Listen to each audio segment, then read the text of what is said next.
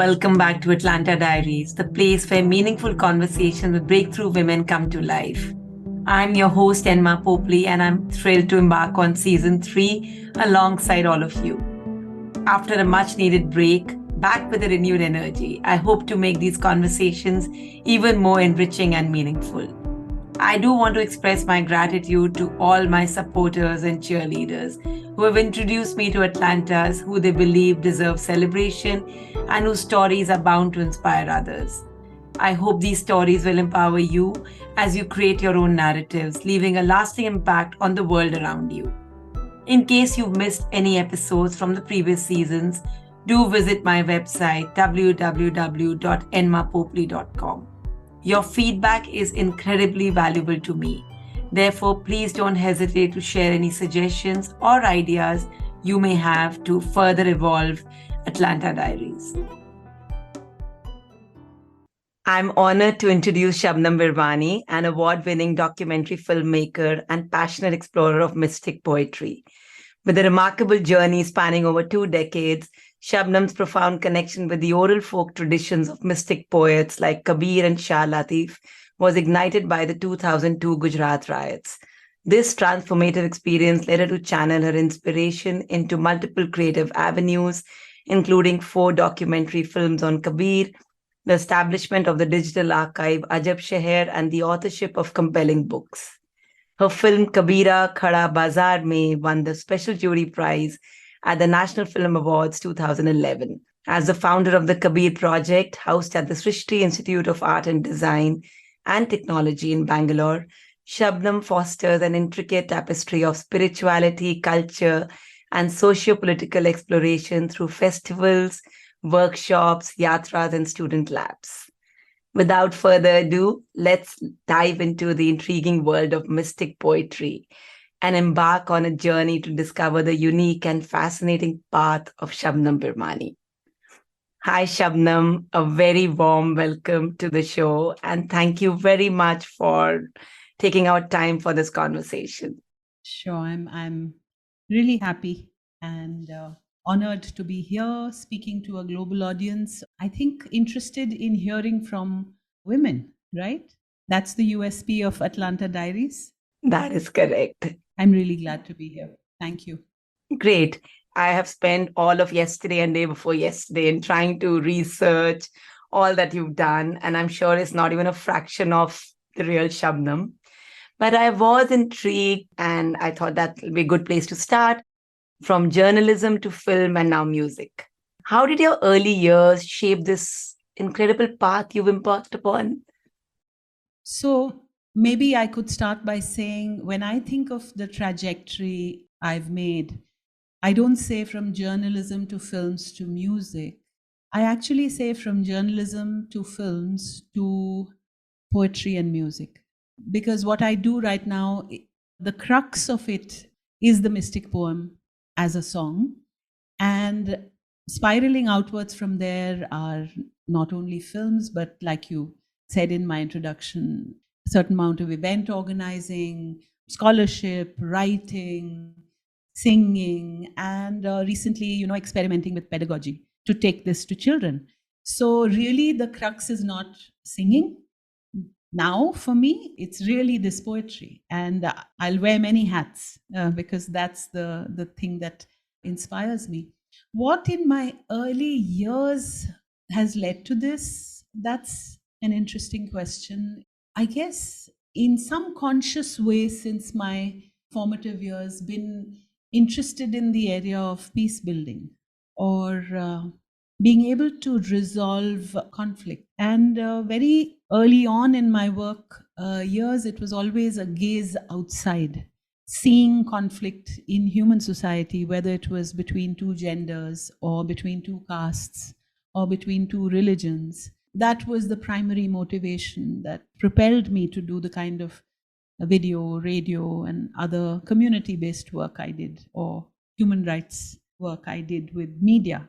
And I think it was really Kabir that squarely made me do something that I love to share. It's in one of my films, I'm in a village called Barandwa in Madhya Pradesh, and I'm talking to an old man, Dhuli Chand, about what does this poem mean and what did Kabir mean. And, I'm going on and on with my questions. And at some point, he just says, stop all this claptrap and intellectualizing. You're not going to get anywhere with all of this. All you have to do is, and he does this gesture. He said, you can, tam ketla bhi bhatki jao. He said, you can wander and wander all you like. All you really need to do is this. And this gesture can speak volumes, because this gesture signals something that comes up in Kabir's poetry repeatedly as ulat samana aap mein. Or ulat, the word ulat comes up a lot in Kabir's poetry, where he's saying, your usual tendencies, you need to reverse them. Nothing short of that. This is not, minor corrections. This is like turning your world upside down, where your face has been turned towards the world, towards others. You have to do nothing short of turning and looking within. And that's what I think Kabir did very effectively for me. And it could have been anybody else. It need not only have been Kabir. Any rigorous spiritual path will make you do this, which is to say, okay, what's the conflict within? What are the parts of me that are not aligned with each other? What's the tension here? And slowly beginning to see that the outer and the inner are mirrored. If we are seeing human distress and suffering across the globe today, it is actually outer manifestation of an enormous amount of suffering that human beings are capable of having within, the hells that they carry within themselves. So I think what created those fissures in my early years, that created disturbance, that created suffering, I would say the loss of my father at the age of 11 or 12. And I think that shaped me, that shaped the entire trajectory of my life. Sometimes people ask you, what put you on the path? And we pay gratitude or tributes to that sorrow that put us on the path. If you can appreciate that sorrow is a gift, actually, that brings you closer to what is real. Because what is real is really changing, in flux. You're losing things minute by minute. So failure brings you close to the truth. Sorrow brings you close to the truth. So I guess all these things, I don't know, I've said many things, answered more than your question perhaps, but anyway. Thank you very much.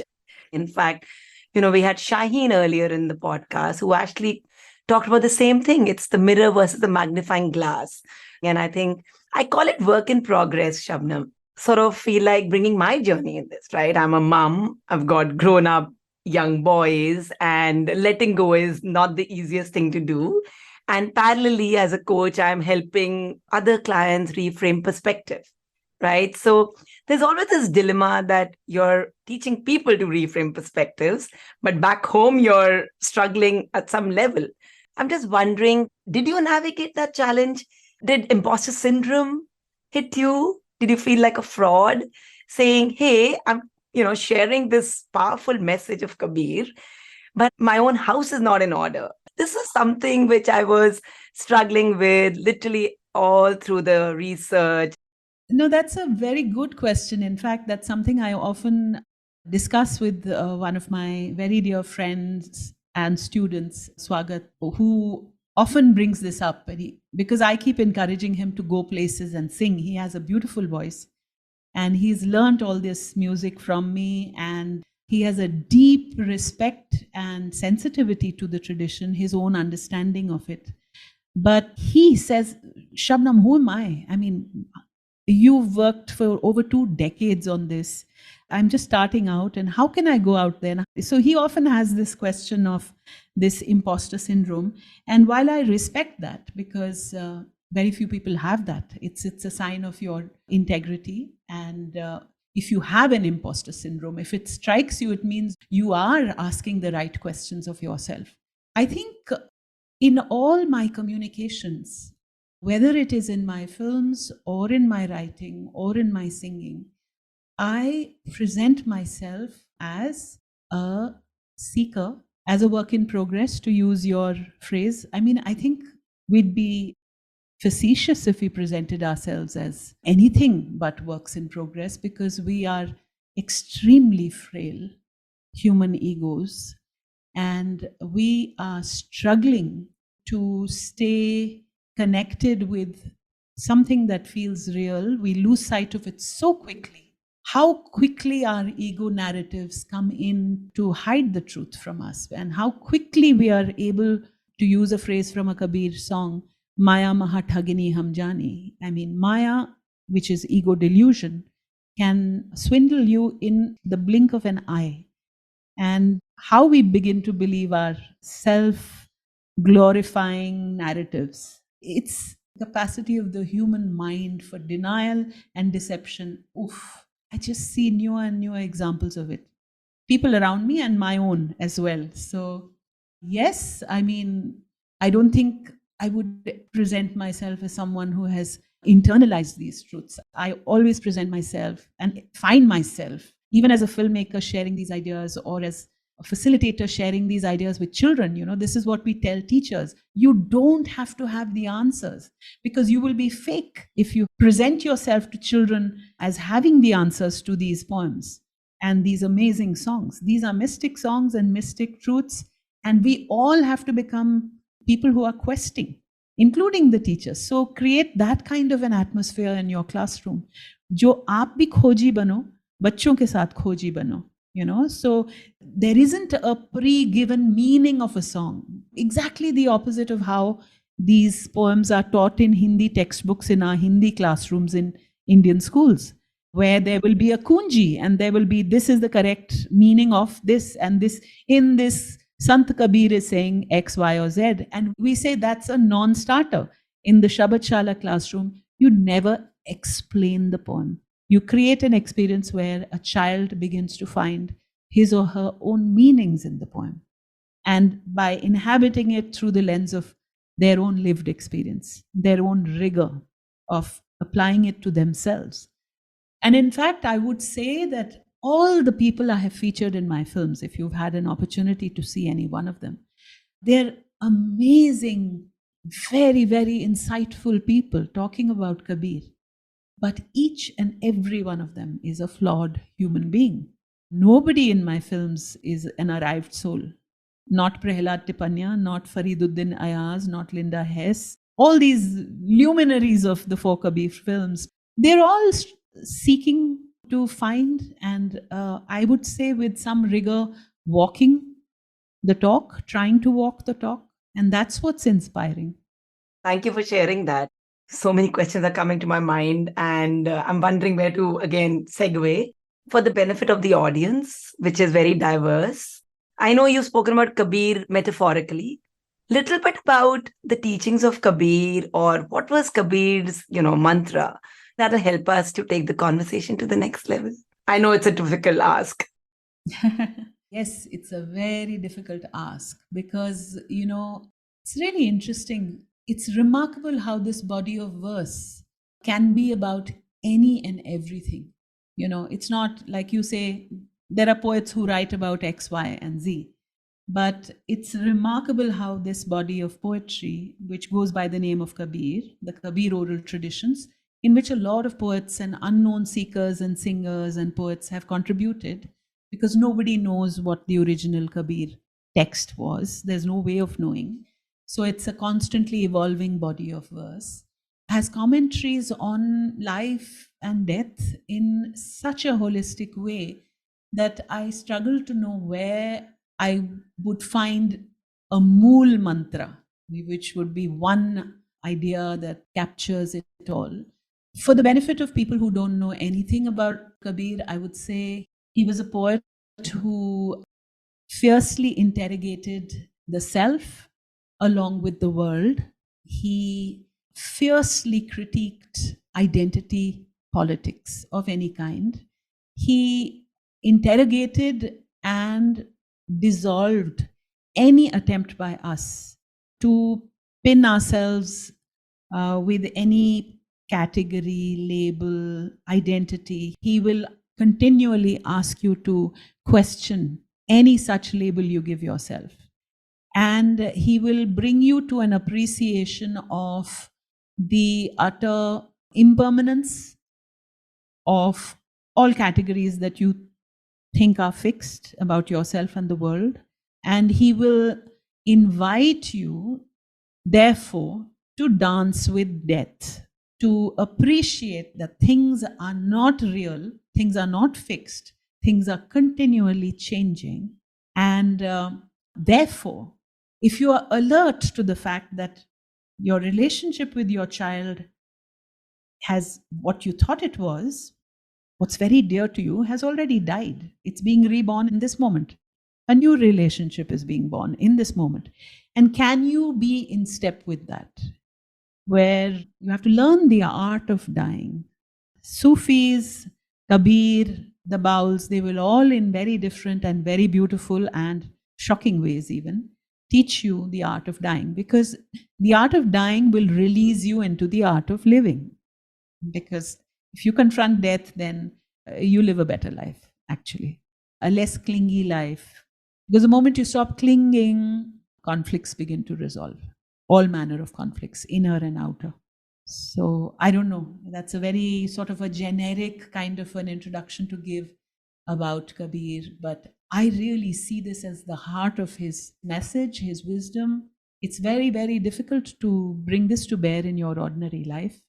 And it's exciting because you see it, you glimpse it, and you do walk in step with him sometimes. And that keeps you motivated to keep trying to get back in step with him. I think it's beautiful. Letting go and lead a less clingy life is what has stood out for me, Shabnam, and it's bang on. Moving away from Kabir and talking about Shabnam, since Atlanta Diaries is about journeys, right? Talk to me about your relationship with Kabir. You know, what set you off on this journey and how has Kabir changed you? How has Kabir changed me? My God. I continue to draw so much, not just Kabir, but this whole tradition. I have talked in my articles and other essays and talks about how Kabir shook me up. So, when I started out these journeys in quest of Kabir, I had a very firm jacket on which said filmmaker. I had another very firm jacket on which said feminist. And I had another very firm jacket in place which said secular, agnostic. Okay, these were my ideologies, my professional identities that I clung to, like tightly fitting waist jackets. I've learned to, loosen the buttons a bit. If I took that metaphor ahead a little bit, it's not like I'm not a feminist. I certainly am. But I think I've unbuttoned that waist jacket a bit. Thodi si, जैसे कहते हैं ना, हवा आने दी. I think that's the fundamental change Kabir has brought into my life, where I am very alert now when I see myself as X or Y. I see the delusion inherent in that. So I see the truth inherent in non-definition, even I would say not knowing. In other places, I've talked about this being a journey from certitude to ambiguity. And I have talked about the fact that I feel from the pulpits of, I don't know, religious discourse, political opinion, public discourse, if we all learned the art of being uncertain and being honest about not knowing, not having the answers, I think we would become a kinder, saner, truer place. I think people are too quick to claim knowledge, to claim that this is right or that is wrong. I think reality, being as it is, fluid, shape-shifting, surprising, is far more complex to pin down. And that healthy sense of ambiguity can be the only breeding ground for compassion. Passion comes from certitude. Passion emanates from territoriality. Territoriality comes even from having very strong opinions you're very, very certain about. Compassion comes from saying, hey, I don't know. It's not a loser's response to say, I don't know. It's a very wise response to say, I don't know. And I don't think enough people say it. This is again beautiful. being honest, about not knowing the answers. And this is actually taking me to a very recent conversation. Interestingly, one of the CEOs I coach feels very comfortable in saying, I don't know. She's showing complete vulnerability as a leader. But the flip of that is that at times that creates a lot of confusion, because sometimes in leadership, you have to take decisions, right? And you have to say, I know it all. At least you have to portray like you know it all.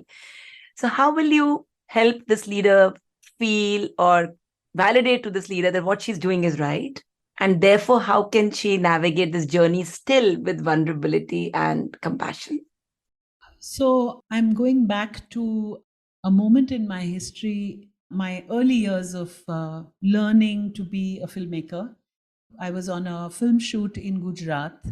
I had a crew of, I think, 5 men. And we were doing, I think, a film on a rural women's collective. It was possibly my third film or fourth major film project. And I was, as expected, nervous, anxious, young woman trying to prove myself, etc. And at some point, when the stress had peaked on the film shoot, not just internally for me, but in any film shoot, there's a lot of stress, obviously. I burst into tears. Okay. Now I'm the boss, right? This all male crew is reporting to me. And it was remarkable what that did. Far from seeing me as weak, what it did was it humanized all the interactions that subsequently followed. Everybody there stepped out of their cold professional roles and just became more human. And the crew came together with such a great sense of bonding. And everybody was taking on roles that were way beyond their professional call. And we became like one family. And the tenor of the shoot just unfolded in a different way after that. So I actually feel that corporate cultures, especially, and many institutional cultures, are too male. We have had a history of patriarchal ideas imbuing the workplace where there is no place for emotion. There is no place for feeling. There is no place for sensitivity. You have to, just be tough and take tough calls. And that's the sign of a good leader. So, we need to feminize the workplace. I believe that, which brings vulnerability into play. And I think vulnerability is very liberating. I think vulnerability is also not easy. I think it takes a lot of guts to be vulnerable. I think it's actually the less gutsy who hide their vulnerability under bravado of having all the answers when they don't. So actually, I think vulnerability is not a weakness, it's a strength of another order. I would also say something about the kind of dualities we create, which I feel are violent. A non-dual wisdom that comes to us from many spiritual traditions, including Kabir's. You see, it's called a non-dual wisdom because they see no separation between self and God. So God is within. Okay, it starts there. But really, non-duality means at every level, this idea of your ego self as being separate, autonomous from things around, is a false idea. I am because you are, and we are actually connected in a very deep way. This is the core wisdom that comes to us from so many spiritual traditions, including Vedanta, Buddhism, Kabir, the Sufis, all of them say the same thing. I see it also operate in our ordinary day-to-day lives, in the false dichotomies we create between, say, public and private. I'm saying this because you're talking about the workplace, right? Workplace is not a place for emotion, right? That's kept for the home. This was also challenged by the women's movement, where one of the early adages of the women's movement was the personal is political. It's not that politics is only out there in the public square and what's happening in your kitchen is not political. It's very political, what's unfolding in the kitchen and the power dynamics in the kitchen and the bedroom. So these false boundaries that we create between self and other, between me and you, between male and female, between one kind of sexuality and another kind of sexuality, between Hindu and Muslim, between private and public. These are all the source of violence in our lives. Violence to others, violence to ourselves. Because the truth always doesn't fit neatly into one or the other. It's always leaking. It's always interpenetrating, interweaving. We are we are interbeing. So life is messy. Projects of purity are very, very problematic, including the right-wing project in our country right now. All fascist projects pinned on the idea of purity, the pure Aryan race, the pure Brahmin. All kinds of panditry comes from purity. A notion of a pure original Kabir verse. All these are problematic attempts at purity. A notion of a pure Hindu or a pure Muslim. If you look at practices of religion in our country, nothing is pure. You have mixed practices everywhere because life is not in silos. Life is one, like nature. If we look at nature, where will you say this tree stops and the other one begins? They are telling us now that they are connected down there with interconnected roots even, right? Nothing is separate from the other. So all these attempts to create a pure space are to be deeply mistrusted. I was intrigued again by the title of your book, and you've spoken about it in so many forums about burning your house, right? So talk to me about it. How did you practice it? And then how did the book take shape or take birth? Really, the image, the metaphor of Kabir asking us to burn our house is no different from what I was describing earlier, where I was talking about he pushes us to die, to actually die to everything that you're clinging to learn the art of dying. He uses many different metaphors to say this thing, including cut off your head. If you want to step into the house of love, cut off your head, put it on the floor, and then walk in. This is not your favorite auntie's house where, it's an open house and you'll be fed goodies every time you come. It's a tough place to walk into.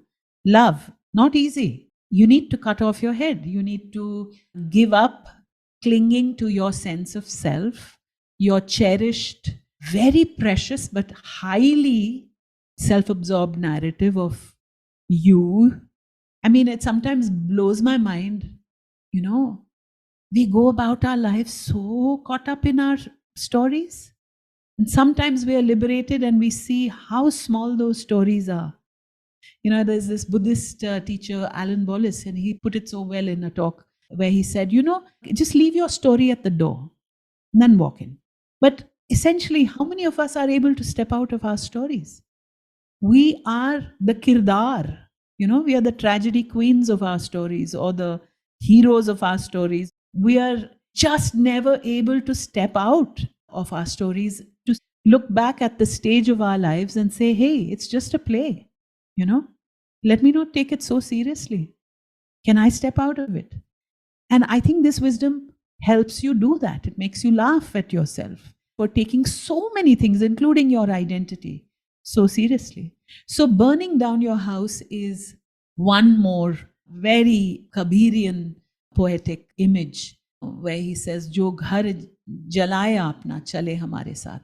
Walk with me if you have the capacity to burn down. So how has it manifested in my life? I mean, I don't know. I could think of moments where I have either found myself letting go or where I have told myself to let go, recognizing that this is ab main ghar bana rahi hu. You know what the Buddha said? The Buddha said in his moment of enlightenment, he said, housemaker, you have been seen. Now you shall build no more homes again. Right? When I started journeying in quest of Kabir and entering these spaces of rural India, village satsangs, even religious Kabir Panth Melas in Raipur, Chhattisgarh, I was very often struck by a sense of unreality because I couldn't sometimes wonder, what are you doing here, Shabnam? The 3 straight jackets that I had were slipping off, and I was beginning to lose my bearings. I would sometimes have this unreality, sitting in a village satsang playing manjiras to a highly devotional song. It was not my image of me, right? And at that point, I think I kept burning my house. I said, don't cling, don't hang on to your idea of who you are, because that is going to impede your ability to absorb anything from this space. If I kept my chashma on of a feminist firmly in place, I don't think I would have even seen a lot of things I was able to see and appreciate. I needed to take it off and see a different way of understanding reality, put on the lens of a highly religious, highly devout person. So you have to let go of this idea of who you are. I claim, I don't think I'm very successful, but I'm very aware of this. If there are 2 things that give me a lot of joy and are precious to me, and I recognize that they're very valuable to me, one is song and my ability to sing and share this music with people. And the other is all the work that I do, which goes by the name of the Kabir Project. And I claim with a lot of bravado that I carry or I ought to, or I do, carry a tala with a chabi. इस ताले की चाबी मतलब ताला मेरी जेब में हमेशा है. I have a lock ever ready to let this project die, to shut down my shop, put a tala on it. Because I feel very often we do that, especially institutions and good ideas. They flog a horse way after it is dead, because I feel things come together with energy to make something manifest. And then we cling to it because our identity has got caught up with it now. So I'm very aware of that. And I keep testing, like, if I were to not do this work tomorrow, if I were to not sing tomorrow, how pained would I feel? Because it's precious. So the moment something is precious, you've begun to get attached to it, right? In fact, there is a very beautiful, very deceptively simple doha by Kabir on Maya, which says, Maya, Maya, sab kahe, Maya chinhe nahi koi, which means everybody talks about Maya, which is ego delusion. But really, no one knows the nature of this ego delusion. And then the second line says, Jo man se na utre, Maya, Maya kahave soi.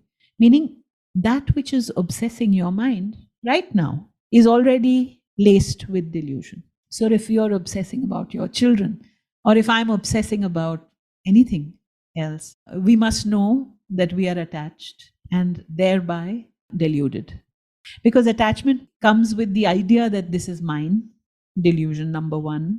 The idea of attachment is positioned on the idea that this will stay, delusion number 2. It will not stay. It will change. It will go. So inherent in any attachment are delusions. Each of us know in our lives what we need to burn, which house we need to burn. Wow. This is beautiful. I'm still reflecting on it. Can you share any more stories or anecdotes on how did you practice this? While it's beautiful to hear, and if we are able to practice it, it can be so liberating. I don't mean to put you in a spot. No, not at all. I absolutely understand that question, because otherwise it stays abstract. Okay, I'm remembering a little moment with my very dear friend and really a person who learnt music from me, Swagat, who I mentioned earlier. And Swagat and I sang together for 3 or 4 years. He's a beautiful singer, much better singer than me, trained. And I kind of got attached to Swagat and attached to the joy of being together with him in this way and singing together and sharing Kabir with audiences.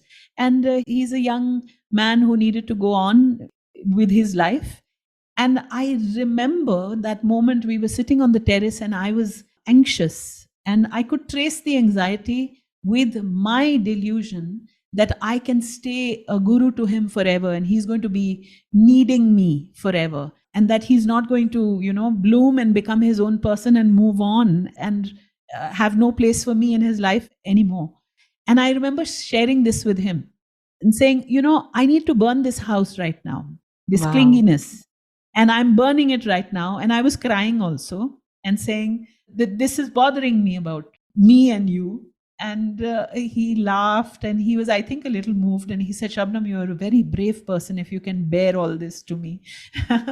Totally. So Wow. Yeah. I think this is something everybody goes through. So many gurus have gone through this, but I mean, it's actually this bittersweet nature that is life itself, because it's so beautiful that it's inherently designed to create clinginess in us. And then it goes always. But I feel it only goes if you put it out there. Like we spoke earlier, it's about self awareness, it's about understanding, it's about even recognizing that clinginess. It goes even if you are not self aware. It goes in any case, and you weep bitter tears. I mean, it's going to Exactly. go irrespective whether you are self aware or not. So, hey, why not get self aware and let it Yes. go? Because it's like Kabir says in one of his dohas, Aega so jayega, Raja rank fakir. Koi singhasan chadhi chale, koi bandhe zanjeer. That which comes is gonna go, whether it's a Raja or a pauper, whether it's a king, pauper, or a slave. Somebody is going to go riding a throne, somebody is going to go in chains. Now, do you want to go tied, clingy with these bedas around your ankles? Or do you want to go like a king? You know, that choice is always up to us. That's very powerful. You spoke about, or rather read so much about your guru, Prahlad Panyaji. Talk to me about your journey with Prahlad Panyaji and what role has he played in your life? Prahladji and I shared a very intense relationship over 2003 to around 13. I think it was a very intense decade of me like a sponge, absorbing a lot of ideas and insights and music and persona traits that I found very valuable, very attractive, something that inspired me in Prahladji, in his demeanor, his ease, his sehajta, his politics, his music, certainly, and his insight into the wisdom of Kabir. And I think that was seminal. For me, it was the initial years of my beginning to understand this space. And he was a very gracious, very generous teacher who encouraged me also to start singing. And I was just telling a friend the other day, we pursue things when they are things we want to absorb and make ours. And I feel that very electric energy between a guru and shishya begins to lose its charge when you've internalized it. It's become you, right? So then there is gratitude, there is companionship and friendship, but there isn't that charge that was there, that deep need to be there all the time. I was actually saying this even in the context of certain thought systems that really draw us, like, say, feminism. Or there was a time it was central to my life to try and understand the nature of power hierarchies in homes, in the world, in myself, in relationships. And then comes a time when it becomes part of you. It's not external to you as a body of knowledge, it becomes you. And then you're no longer actively seeking it. So I think I have moved on from that initial very close companionship with Prahladji to growing in new directions in the subsequent decade or decade and a half that has followed. Pretty much what you did with Swagat. Absolutely, yes. As a filmmaker, you were a perfectionist. As a filmmaker, you wanted things to be done in a certain manner. And then as a singer, and you allowed you to see flaws and become vulnerable and accept flaws. I want to talk a little bit more about your singing journey and how that has changed you as a person and how your journey has evolved over the years in the different roles you've donned. Actually, that's well put, because I really very, very frequently, especially in my early years of being on stage as a singer, and even now, I often say, meri koi auqat nahi hai yahan. hone ki, because I'm not a trained singer. I'm not a trained musician at all. And that is a fact. There are far more skilled, beautiful singers than me. In fact, in this, I have frequently suffered an imposter syndrome of questioning my place on stage as a singer, given all its flaws. And I think really people who appreciate or come to hear me are there not just for my singing, they are there for my insights or inspiration in the poetry and how I bring that across to my audiences. So it's, I think, the combination of the two that appeals to people who would appreciate my music. So my journey with singing has been many colored, I would say, from it being a shared joy with my father. My mother was tone deaf, and whatever music I received came from my father, and he was a very encouraging and proud father. And to learning a little smattering of classical music, but not really sustained in any way here, there, and everywhere, to discovering the unfettered joy of song with my very close old friend Dipta. We were journalists and we would be on the road so much in rural Rajasthan, reporting here, there, everywhere, traveling so much together and singing non-stop, whether it was Begum Akhtar or Faiz Ahmad Faiz or old Hindi film songs or classical pieces or Kumar Gandharv. So there was a lot of joy in music, discovering the folk music of Rajasthan together. So it was always a place of joy, a place of exhilaration, a place of deeper meaning, a place where things broke free and began to soar. Meanings began to soar. Self begins to soar. Knots come loose. That's how I always used to experience the place of music. And I remember in 2004, for the first time, I was asked to come on stage and sing professionally. And I was so nervous. And while being nervous, I was also acutely aware of the fact that in this moment, I'm allowing something that is an unadulterated, pure joy, free of my ego, to become something that is going to now get corrupted and come into the ambit of my ego, my anxiety, my sense of self, the label of being a singer, into the ambit of commerce. I mean, there are so many things that corrupt that space. And I was very jealous. I didn't want to lose this pure connection I had with music. And yet, on the other hand, I derive so much joy in sharing.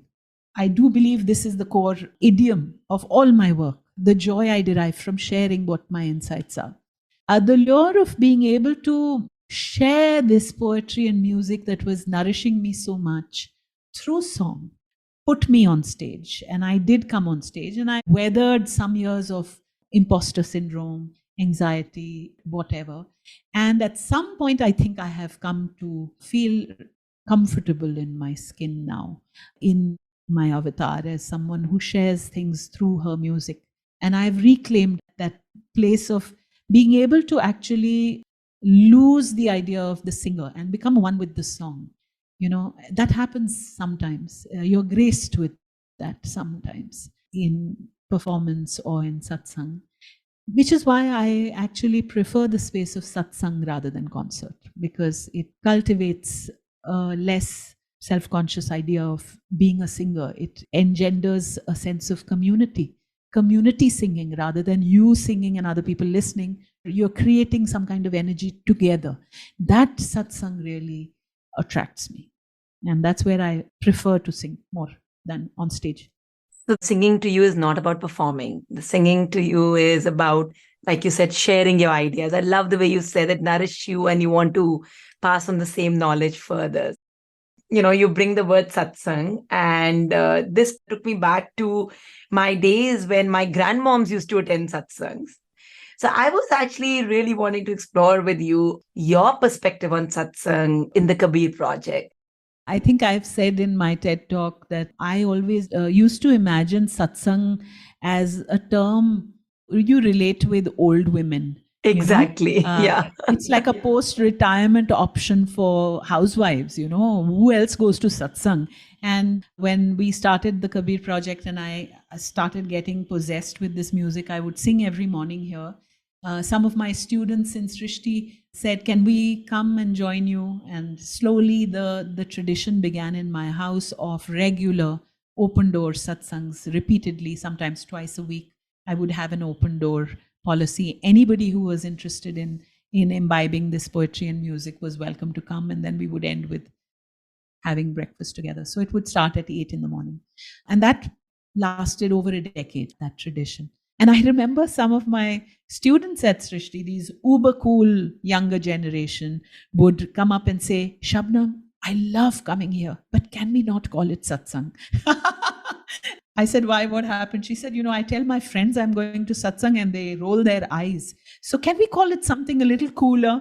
So I said, hey, why not reclaim and restore to the term satsang its radicality? And when I say radicality, I mean it that satsang was a space where women and men gathered, people of all castes gathered back in the day. That's how it's talked about in the Kabirian idiom, certainly, that it's a space of communion where there are no differences. All differences dissolve.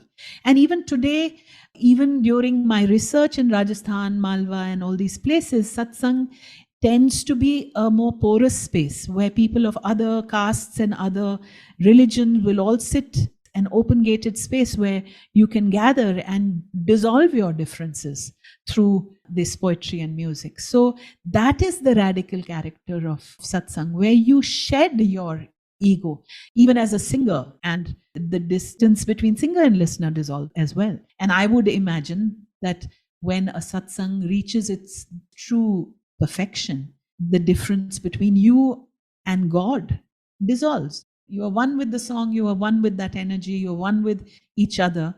And that's the power of this satsang. And I think we've tasted this, which is why in Shabad Shala, we call them satsang sessions. We don't call them anything posher or cooler like song sessions. The 2 sessions that children have with visiting folk mandalis. And then later, there are other curated activities which we have designed for children, which include theater or art. And those are called Ramat sessions. I love that. A new perspective to satsang. This really takes me to my early conversation when I said that sometimes you want to do something, but exactly these stereotypes stop you from doing it. Exactly. Right? So it's very crazy. I'm going to draw an analogy here. My God, today's session is almost feeling like a, co-session to me where I'm bringing all the vulnerability and I can. And thank you for allowing me to do that, Shabnam. So my name actually is Enama from the Guru Granth Sahib. Okay. And it means paying obeisance to God. I truly believe that the name influences you as a person. And when I was listening to it, I'm like, my God, I'm gravitating towards these things so much, but am I ready for it? Or is my family going to think that she's gone crazy? At 50 something, she's now following a different path altogether. So these are the thoughts which came to my mind, similar to those uber cool kids you're talking about. Sorry, but this is just such a quotable quote, which is why, forgive me, I have quoted this in many places, but it speaks so directly to so many situations. I was in conversation with Fariduddin Ayaz, a Pakistani Qawwal, and he said, उनके वालिद ने उनको एक बात समझाई थी कि किसी चीज को जानने में और उसको पहचानने में जमीन आसमान का फर्क है. To know something and to recognize it are 2 totally different things. When you are being drawn to an experience that doesn't fit a label that you have attached to yourself, know that you are staying skin deep at the level of pehchan. You have not allowed yourself to know something. To know something, you have to become it. You cannot know something and stay high and dry on the banks. You have to plunge in. You have to get wet. Lali dekhan main gayi, main bhi ho gayi lal, Kabir says. How will you understand the color red till all the fibers of your body are turned red? Then you will know what it means. It's like, I think even another scholar, Rustam Bharucha, in one of his books, I remember, writes about religious ritual. That, as an anthropologist, I can stand here till kingdom come and look at religious ritual and write about it, but I will not know what it means. I will not know what it means unless it is embodied, unless it is something I go through myself, and not cynically as a researcher to know what it feels, but if I can feel what it is feeling for the people going through that ritual, I cannot write about it. That is fake knowledge, that is skin deep knowledge. So, in order to receive anything, we must surrender to it. And when you surrender, you are cutting off your head, you're burning down your house, you're letting go of all those labels of Enma is X, Y, or Z. So you have to have that courage to let go of your idea of yourself. If you want to stay alive, keep growing, reinventing yourself. I mean, sometimes I meet people who for 30 years are saying the same thing. It's like, koi zindagi mein kuch, you've not allowed any experience to slap you in the face, transform you, turn your world upside down, drench you. You've lived a dead life. If you still believe the same truths that you believed in your 20s, you haven't grown. Navita told me, and I have to acknowledge her, she said, you're going to be a changed person after you talk to Shabnam. So I can totally understand where she was coming from. You mentioned journaling in one of your interviews. And this is really in context. You spoke about how you struggled with editing on your own footage early on when you were struggling to move ahead because you saw so much inspiration yourself. I can resonate with this, Shabnam, because I literally experienced this when I started my conversations in Atlanta Diaries. And I found myself listening to the conversations again and again, drawing inspiration from every conversation. I'm just wondering, I don't know, this was just a comment. Yeah, the idea that your own material is inspiring you. This is what we are telling teachers in Shabachala classrooms as well. The point is not what you have to tell the children. Forget that. Are you getting a shabd ki chot? Kya aapko shabd ki chot ho rahi hai? That's all that's needed. If you are inspired, that inspiration will pass on. It's like the fragrance of something that's blooming in your heart. It cannot not transmit. That's the sign of a good teacher, that you are so inspired that the fragrance of your being is going to envelop the children and teach them what you've learned. If you've not learned that lesson intensely, personally yourself, you cannot pass anything on to children. So we keep telling teachers, just forget about the children, forget about pedagogy. Just tango with Kabir a little bit yourself. Just get into a tango with him. I love that. And if you begin to groove to this, your dance is going to inspire children. We tell teachers that. And the other thing we tell teachers is just get out of the way. You're creating the problems. Children are able to absorb these ideas actually far more in a spontaneous, sahaj way, uncluttered with mental categories, which adults are loaded with. Children are able to absorb these ideas wordlessly without the burden of meaning making much better than adults. In fact, adults create the problem. So very often we find in Shabachala classrooms, children are grooving to the music, but the teacher has brought their anxiety of meaning making into the classroom. Of their anxiety of a lesson plan, learning objectives, dada, do, didi. And what does this mean? Ye to kitni good baat hai, isme kaise shabd hain. What is the message going to children? So we say, step out of the way. Just let the child come and rub shoulders with the power of this tradition, and things will begin to unfold. And have that courage to let it unfold. So I think a lot of my images and metaphors and ideas are coming from the Shabachala space right now, because that's the creative space which we are working most right now. Yeah, and that's beautiful actually. You mentioned in one of your talks that what Kabir says is so different from what the teachers are teaching, right? So how do you help create that balance? I think over the last 2 decades earlier, when I would be invited to a school to engage with children about Kabir, often at the end of the session, children would say to me, "We had no idea Kabir was so much fun," because the way Kabir is presented in that Hindi textbook and those Das Dohe is a particular kind of curation, which is moralistic, which tells you that you must get your homework done today, don't leave it to tomorrow, kaal kare so aaj kare so and the teachers will teach it also in a moralistic way, like do what you have to do and do it now, or pay obeisance to your gurus, guru govindo khade काके लागू पाए बलिहारी वाह गुरु की जिन्हें गोविंदियो बताए, which is a mother of all stereotypical dohas quoted about Kabir, which is not my most favorite one because Kabir is appropriated. Let's get this straight. We are all appropriating Kabir with our agendas, including me. So I'm saying this is not my most favorite Kabir because it induces in you an attitude of supplication to a guru. Whereas to me, the Kabir that I want to take to the classroom, the Kabir I am inspired by is the interrogator Kabir, who teaches you to ask questions. The Kabir who says that unless you experience, taste something, don't believe anybody.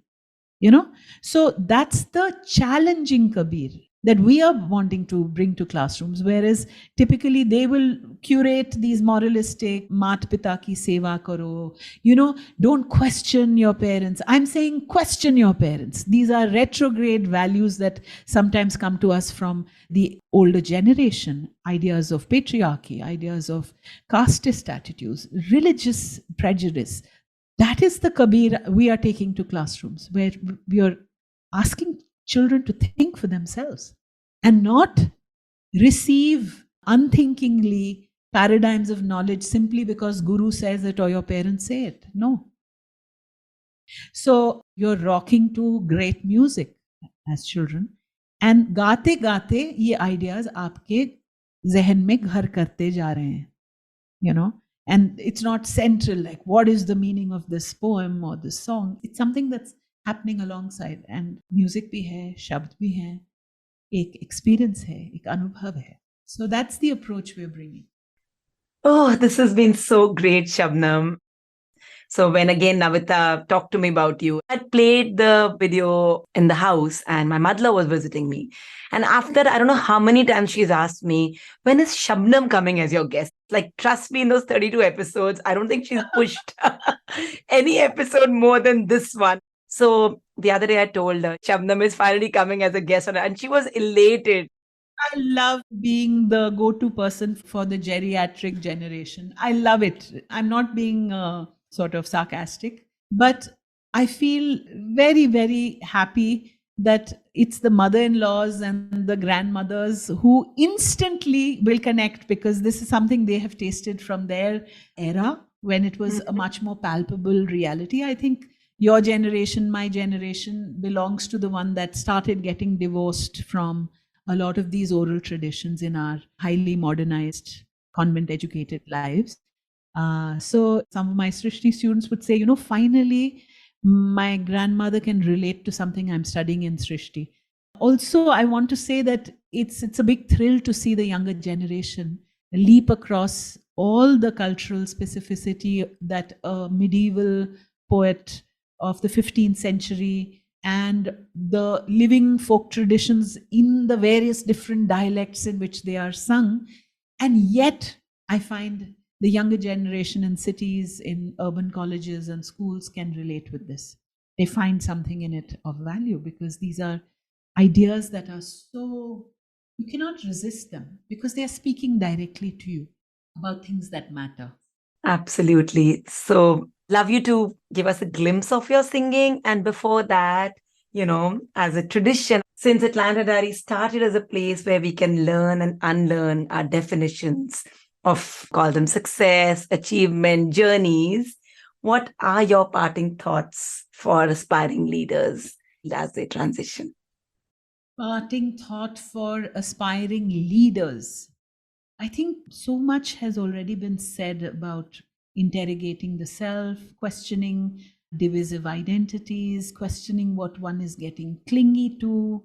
What more can I say? Let me just sing. I'll say what I have to say through song. So I'm actually going to sing something that's inspiring me for a while. So I have to sing whatever is the flavor of the moment. There's always some song which is मतलब सिर पे हावी होता है. तो आजकल ये हावी है. तो it's not a Kabir song. It's actually a Punjabi song by a Pakistani poet called Adnan Dhool. And it's very popular on Coke Studio. It's sung by stalwarts like Abida Parveen and Nasibulal. But I'll sing it in my very basic way.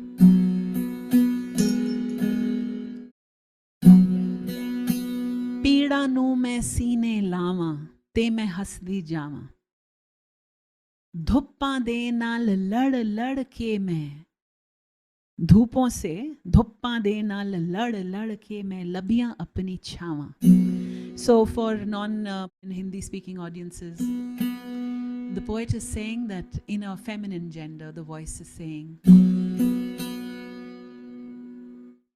I've gathered all my sorrows and pressed them against my chest. I have fought hard with the harsh sunlight in my life and won my own particular shade.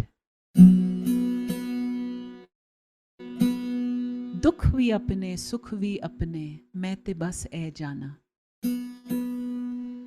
I have come to understand that it's not just the joys that are mine. These sorrows, these very special sorrows too, are mine. We have a sense of remarkable entitlement for happiness, right? But was there a contract that was signed before we came on this earth that told us we will be happy? But we have such a sense of almost moral entitlement to being happy. So this is a counter view in this poem, which says, I have come to understand that these sorrows are equally mine and almost equally cherished as are the joys. Sab nu samajh ke ki karna hai main te bas eh jana. Meaning I'm done with this whole business of trying to understand people and making them happy. Okay? So main te bas eh jana. Jhoom, jhoom, jhoom, jhoom. So just all I have come to understand is that I can only jhoom. Jhoom is to dance and to sway in abandon, recognizing that you are putting yourself in step with something that's moving constantly and you're aligning with those energies. मैं दीवानी कुछ नहीं जाना मस्त होके गावा दुनिया राजी कर भी लइए फिर भी चैन नहीं आना. So I am now becoming a little crazy headed, and I've come to understand that if I please the whole planet, even then I will not find peace. That's what we are in the business of a lot, right? Seeking affirmation from outer objects and people, and you realize the hollowness of those quests. Because even after you have won all those accolades, when you won the favor of all the people you have been trying to live up to, there is still a restlessness.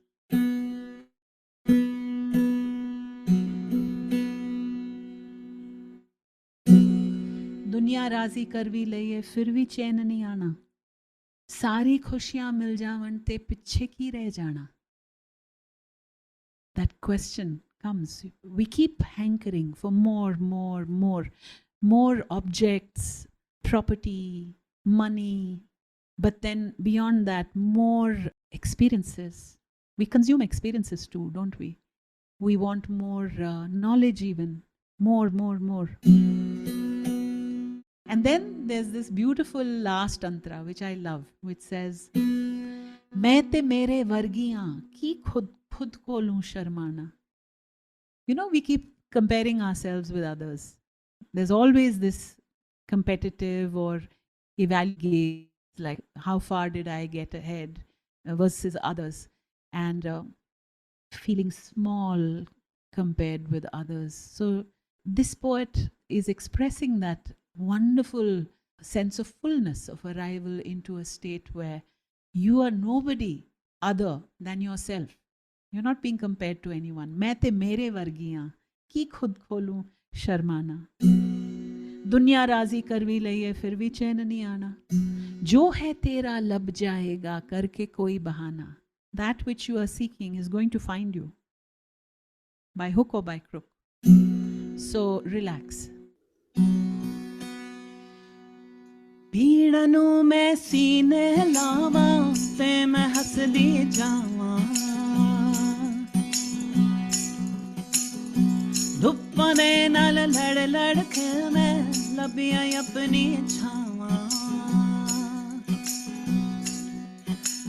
दुख भी अपना सुख भी अपना मैं ते बस ऐ जाना.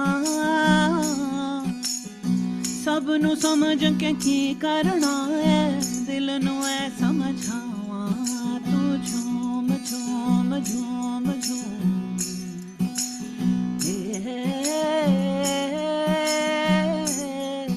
तू झूम झूम झूम झूम.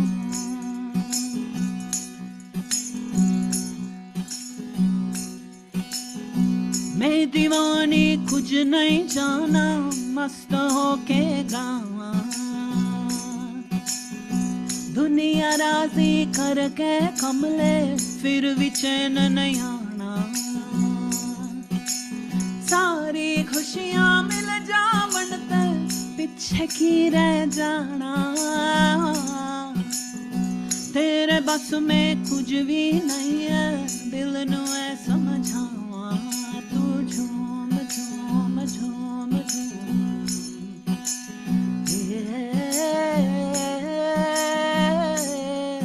तू झूम झूम झूम झूम.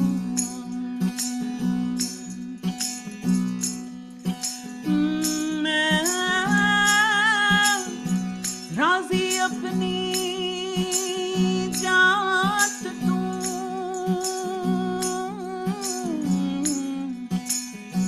मैं उत्ते अपनी औकात तू. दुनिया फिक्र नहीं मेरी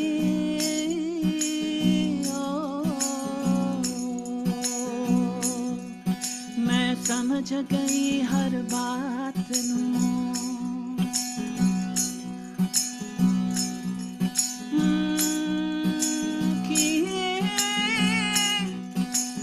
करना है उच्चिया शान नू.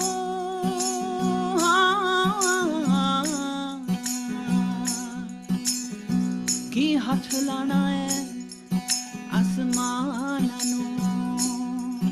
मैं हसदे हसदे है जीना.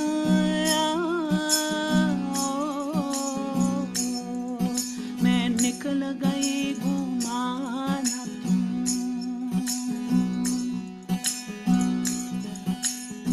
मैं ते मेरे वर्गी आखी खुद को शर्माना.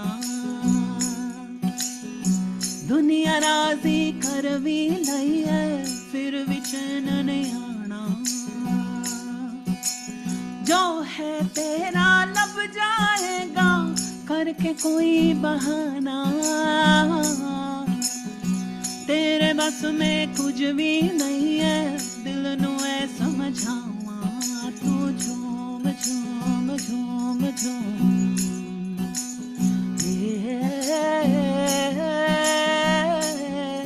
तू झूम झूम.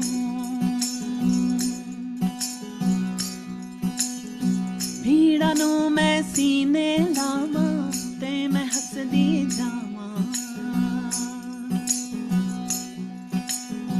धुप्पां दे नाल लड़ लड़ के मैं लबियां अपनी Chhaava.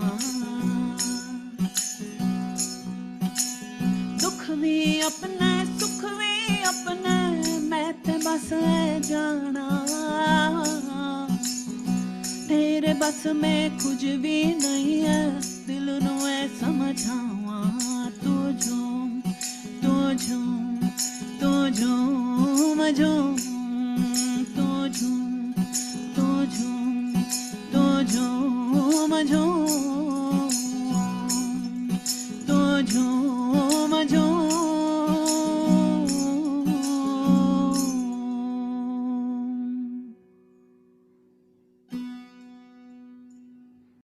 Thank you, Shabnam. This has been absolutely beautiful.